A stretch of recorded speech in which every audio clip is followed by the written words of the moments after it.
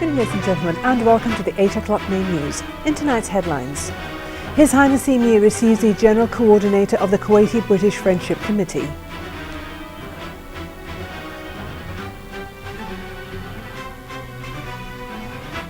His Highness the Prime Minister chairs a meeting of the Supreme Petroleum Council.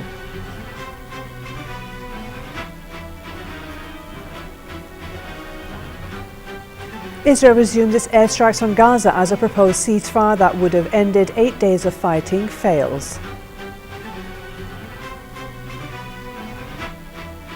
And Iraq's parliament elects Salim al-Jabouri as speaker, breaking weeks of political deadlock.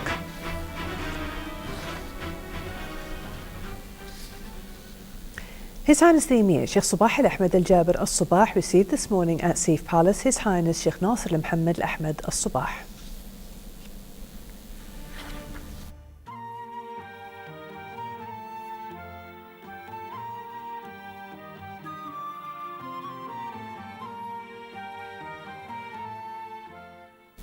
His Highness the Emir, Sheikh Sabah al-Ahmed al-Jaber al-Sabah, received this morning at Sif Palace the General Coordinator of the Kuwaiti-British Friendship Committee, Abdullah Yaqub Bshara, committee members Dirar Yusuf al-Ghanim and Fahad Abdurrahman al-Bahar, the Minister of State for Cabinet Affairs and Acting Minister of Justice, Sheikh Mohammed Abdullah Mbarak al-Sabah, Mohammed Abdul Aziz al-Shaya, Mohammed Naqi and Badr Nasser al-Khrafi.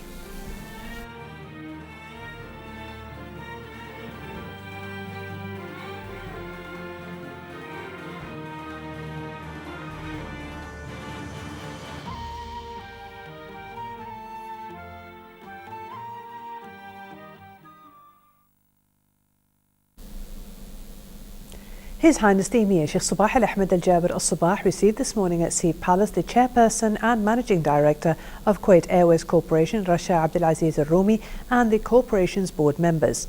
During the meeting, al-Rumi introduced Captain Trainee Munira Mohammed Bouariki to His Highness the Emir as the first Kuwaiti female pilot working for Kuwait Airways.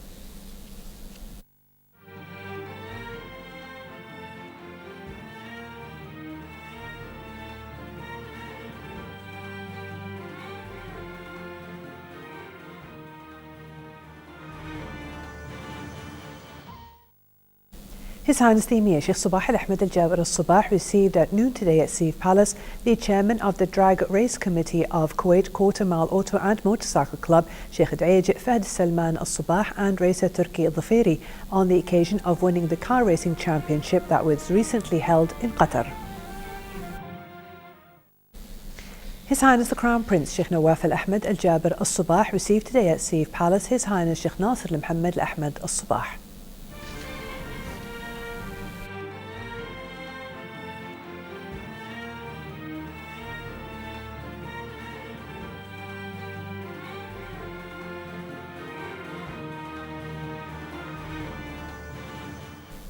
His Highness the Crown Prince also received the Municipal Council Speaker Mhalhal Nasser al-Khalid.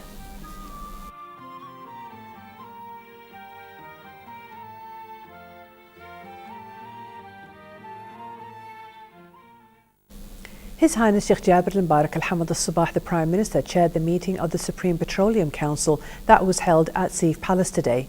The meeting dealt with topics listed on the Council's agenda.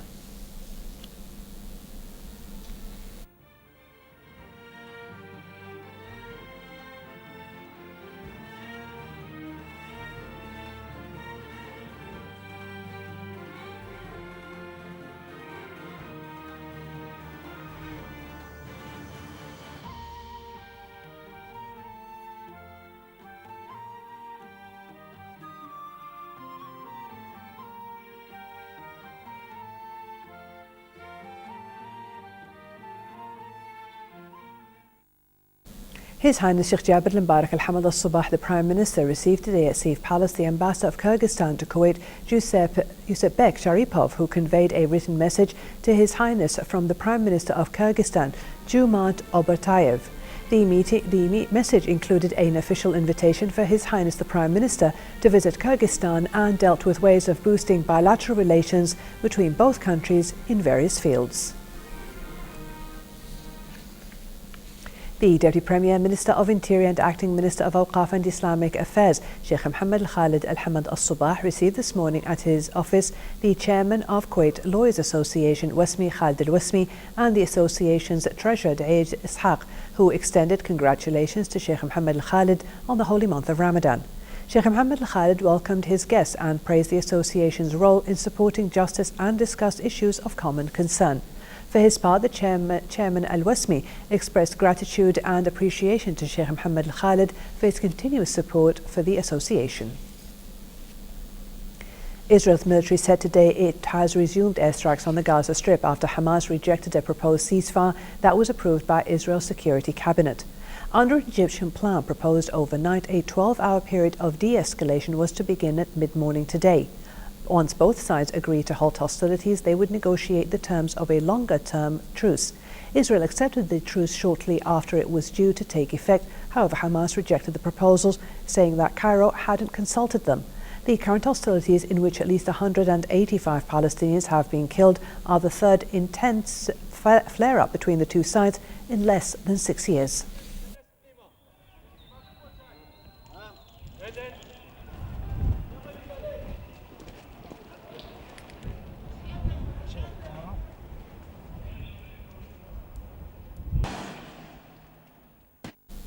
As the escalating Palestine-Israel conflicts continue, the Arab League held an overnight emergency meeting of foreign ministers at its headquarters in Cairo, where they exchanged views about how to stop the clashes between Palestine and Israel.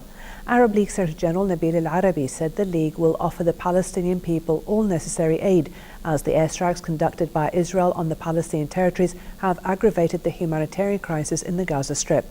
The meeting also discussed Palestine's request to the United Nations for putting it under international protection, while the foreign ministers appealed to the international community not to remain silent on Israel's airstrikes.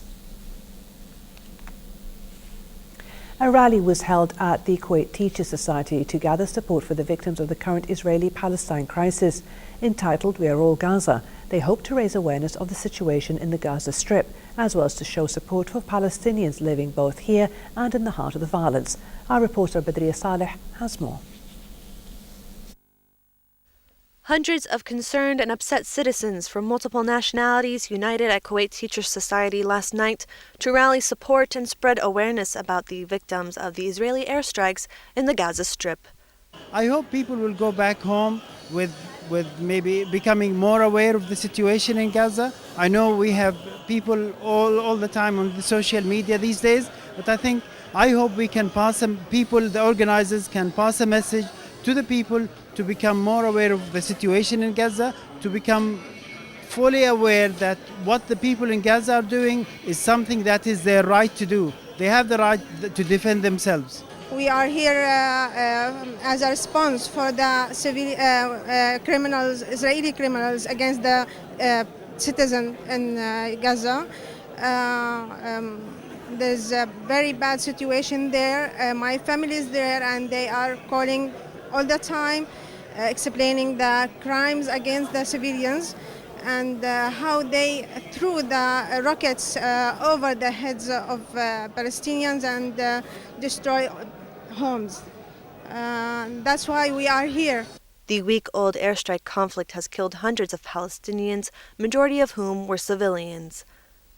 The hundreds gathered here in Kuwait last night hope this blatant and severe display of condemnation will encourage world powers to intervene. I want to send a message for the world. Where is the human rights when they talk about it?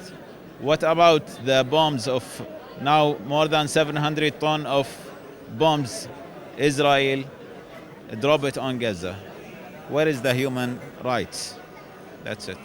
I want to say that the Israel occupation have to be stopped. They're killing many people. They're killing children.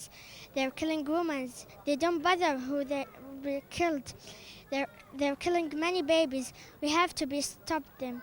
They have to stop. We have to ask the United Nations to stop them, and the Islamic countries and the Arabic League. They have to be stopped and leave our country. They have to leave Jerusalem and Palestine immediately now. The current crisis in the Gaza Strip has garnered not only the support of local advocates, protests have broken out across the world. From the U.S. all the way to the other side of the globe in Australia, millions of people have made their outrage public. The hundreds gathered for the event, young and old, are hoping that rallies like this will be the beginning that will see change, immediate change, in the Gaza Strip to help those that are victims of this crisis. At the Kuwait Teachers Society, I am Badriya Saleh reporting for the English News. U.S. Secretary of State John Kerry warned today of the great risk of spiraling violence between Israel and the Gaza Strip and called on Arab nations to push the Hamas group to accept a ceasefire. As he wrapped up 2 days of talks on Iran's nuclear program in Vienna, Kerry said that he had decided to cancel a trip to Egypt and return to Washington in order to give the Cairo-brokered ceasefire time to work. He also urged Arab nations to push the Hamas movement to accept the deal, which it has so far rejected, despite approval from Israel's cabinet. On the Iranian nuclear talks, Kerry said that intense nuclear negotiations with Iran have yielded tangible progress, but significant gaps remain ahead of a July 20th target date for a deal. Despite objections by Syria's government, the United Nations Security Council voted 15-0 yesterday to authorize cross-border convoys of emergency aid for millions of deprived Syrian civilians in rebel-held areas without prior approval by the Syrian authorities. The resolution strengthened the provisions of another adopted 5 months ago and signified a rare unanimity among the Security Council members over how to deal with the civil war in Syria, which is now in its 4th year. The resolution was a diplomatic setback for Bashar al-Assad's government, which said that any entry from its neighbours without the government's prior approval amounted to an incursion or an attack. Meanwhile, more than a dozen trucks carrying the latest batch of UN humanitarian aid of monthly rations for about 10% of the 31,000 people living in the rebel-held city of Maldamia entered the city near the capital, Damascus.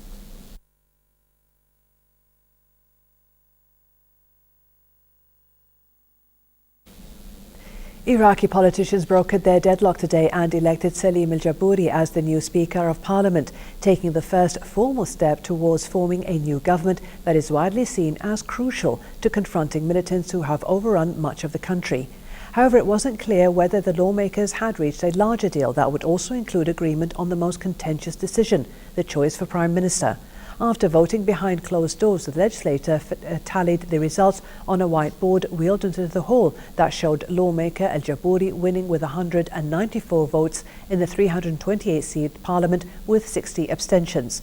According to the Constitution, Parliament now has 30 days to elect a president, who will then have 15 days to ask the leader of the largest bloc in the legislature to form a government, and then a Prime Minister will be picked. Earlier today, security forces began an attack on Tikrit, aiming to revitalize an operation to retake it after that began more than 2 weeks ago, but became bogged down south of the city, and violence also struck south of Baghdad, with bombings in the Maidan area, killing 9 people, including 4 soldiers. As the Muslim world observes the holy month of Ramadan here in the state of Kuwait, which boasts a large number of foreign residents and expatriates, events and activities are organized on a daily basis. Multinational Muslims living in Kuwait get to experience how Ramadan is practiced and celebrated here, away from their home, while also non-Muslims residing in Kuwait also get a sense of the festive spirit, with the majority mostly expressing interest in the various nightly diwaniyas. Sarah Glubb has more in this story. Even as a non-Muslim, the holy month of Ramadan feels like a special time of the year. It is a month of giving, peacefulness and introspection. And here in the state of Kuwait, there are so many things to do during this month, or even join in on the altered pace of life, where nightlife becomes more alive. Ramadan it's the same in different Arab countries, but with some differences. And I think I'm here since 8 months, and I was surprised because Kuwait has some specificities in these months, especially with Diwaniyat and with this huge social relationship between people, between the government, between his Amir, High Amir, and with people. and really, especially by night, Ramadan by night, it's a life. It's another life in this country. Wow. We have, families change the visits, especially family friends, but we don't have the tradition of Diwaniyat. Diwaniyat is very good tradition in Kuwait. It's kind of small parliaments, and as ambassador of Tunisia, I'm happy to visit different Diwaniyats and to discuss with them about many things. In Tunisia, we have some specificity, of course. Ramadan, it's the life. We have a very rich life culture, especially by night. There are several unique traditions practiced in Kuwait and the Gulf region during Ramadan, including the Girga'an festival, where children dressed in traditional costumes are given special sweets and candies, Ghabkaz, a grand meal that is served between iftar and suhoor, and regular nightly diwaniyas. I am new here. I just arrived 3 months ago, and this is my first Ramadan. But it was a quite interesting experience for me, because during the Ramadan time, I could visit a couple of families, local communities every evening. So I can meet the local people and the every kinds of people here, and then it was a good experience to understand the local culture and the Kuwait culture. Well, whenever I visit Diwania, they serve Kuwaiti sweets and tea and Arabic coffee, and not only those coffee or tea, but also they give us their very kind mind. I mean, they would like to share with me their minds and heart, so which is very important for me, and as an ambassador representing Korea, to promote our Kuwaiti and the Korean relations. Wish all the best to Kuwait, to His Highness the Emir of Kuwait, Crown Prince, Prime Minister, our Minister of Foreign Affairs, and all of the Kuwaiti, the people of Kuwait, peace and security and stability. The most important is visiting the Diwaniyat.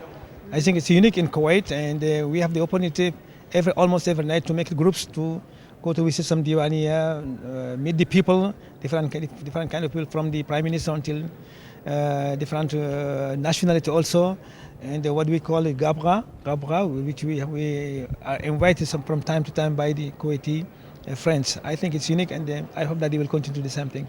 We have very few community, but we are about 150 person only, but from time to time we meet in my house as an ambassador or in one of our Senegalese community. Life can be very hectic in Kuwait during this month, where large gatherings are held on daily occasions, as people prefer to rejoice and revel in this festive month together. As the country observes the holy month of Ramadan, it is almost impossible to not take part in the various rituals, activities, diwaniyas and events that take place throughout the country during this month, as they are infectious and enjoyed by both Kuwaitis, residents and expats alike. This is Sarah Gleb reporting for English News. Moving to local financial news, for a second day in a row, the three main indices of the Kuwait Stock Exchange ended the trading session with a negative performance, as the price index dropped by 53 points to reach 7,105 points.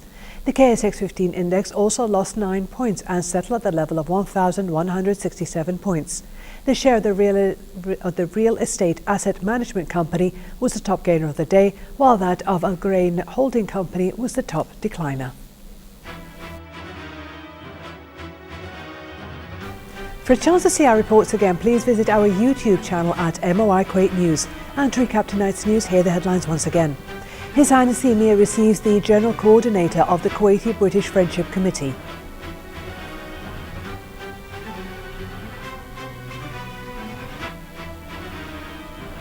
His Highness the Prime Minister chairs a meeting of the Supreme Petroleum Council.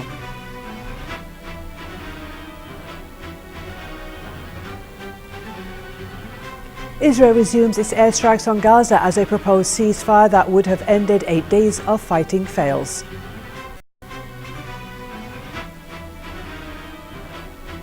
And Iraq's parliament elects Salim al-Jabouri as speaker, breaking weeks of political deadlock. Thank you for joining us. Have a good evening.